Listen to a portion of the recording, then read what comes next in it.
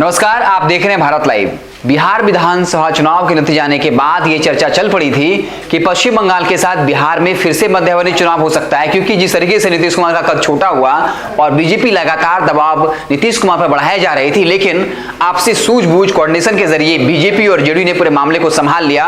और बता दें कि आज चुनाव आयोग भारत के 5 राज्यों में चुनाव की तिथि की घोषणा कर सकते हैं, जिसमें पश्चिम बंगाल, असम, पुडुचेरी, केरल, तमिलनाडु है। और इसके साथ ही अब बिहार में भी सियासी सरगर्मी बढ़ गई है। आपको पता होगा, खास करके पश्चिम बंगाल चुनाव को लेकर बिहार की तमाम सियासी पार्टियां जो है अपना दाव आजमाने को तैयार है। यहां तक कि जीतन राम मांझी की हम पार्टी भी पश्चिम बंगाल में अपना जो सियासी किस्मत है उसको आजमाने को तैयार है। और हम पार्टी के बारे में खास बात यह है, ये पहली दफा होगा जब हम पार्टी बिहार के बाहर किसी अन्य राज्य में जो है अपनी सियासी किस्मत को आजमाएंगे। हम बता दें कि जेडीयू ने जो है गुलाम रसूल बलियाबी को जो है पश्चिम बंगाल का चुनाव प्रभारी बना दिया।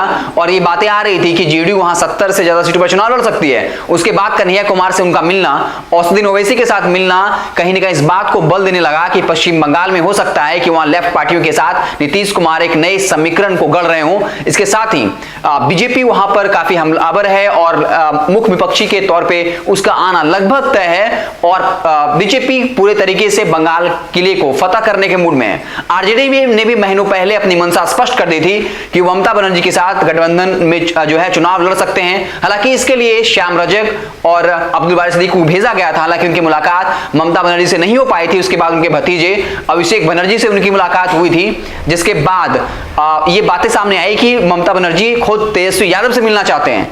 और अब ये जब चुनाव आयोग ये इन तमाम राज्यों में चुनाव की तिथि की घोषणा कर सकती है, तब ऐसी खबरें आ रही है कि तेजस्वी यादव आसाम में जाएंगे, उसके बाद पश्चिम बंगाल जाएंगे। आसाम में वो ये खबर है कि राजद वहां 4 विधानसभा सीटों पर चुनाव लड़ेगी। साथ ही साथ पश्चिम बंगाल में ममता बनर्जी से उनकी मुलाकात हो सकती है और राजद जो टीएमसी है उसके साथ गठबंधन करके चुनाव लड़ सकते हैं। हम बता दें कि ममता बनर्जी महागठबंधन के नेता प्रतिपक्ष तेजस्वी यादव की तारीफों की पूली बांधी थी। जिस तरीके से तेजस्वी यादव ने कड़ा मुकाबला दिया था, जिसकी तारीफ खुद ममता बनर्जी ने की थी, जिसके बाद यह कयास रखने लगा कि हो सकता है कि ममता बनर्जी और तेजस्वी यादव साथ आकर चुनाव लड़ें।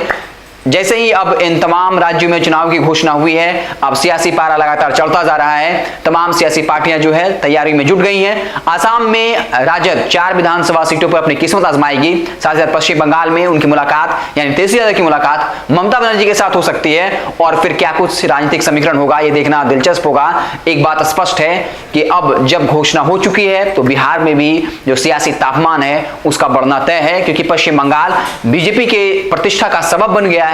तमाम उनके जो शीर्षस्थ नेता हैं, चाहे वो जेपी नड्डा हो, खुद प्रधानमंत्री मोदी हो, अमित शाह हो, लगातार पश्चिम बंगाल का दौरा कर रहे हैं और पश्चिम बंगाल के किले को किसी भी तरीके से बीजेपी फतह करना चाहती है। हालांकि ममता बनर्जी भी कम नहीं है, क्योंकि लोकसभा चुनाव और विधानसभा चुनाव अलग होते हैं। कई बार ऐसा देखा गया जहां पर साथ में केंद्र में लोकसभा का चुनाव और राज्य में विधानसभा का चुनाव हुआ, तो जहां केंद्र का चुनाव एनडीए भारी बहुमत से जीत गई, वहीं राज्य के चुनाव के नतीजे जो है वो कुछ अलग रहे।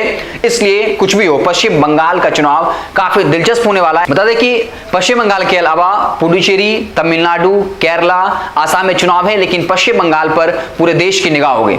तो आप देखते रहे भारत लाइव, हम आपको पल पल की खबरों से लगातार अपडेट करते रहेंगे।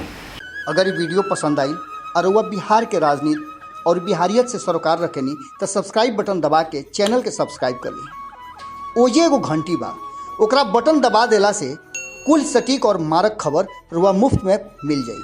अगर रुआ पत्रकारिता के हमनी के नया प्रयोग में सहयोग कर चाहतानी तो ज्वाइन बटन दबा दी। पेटीएम नंबर नोट कर ली 9386816700। धन्यवाद।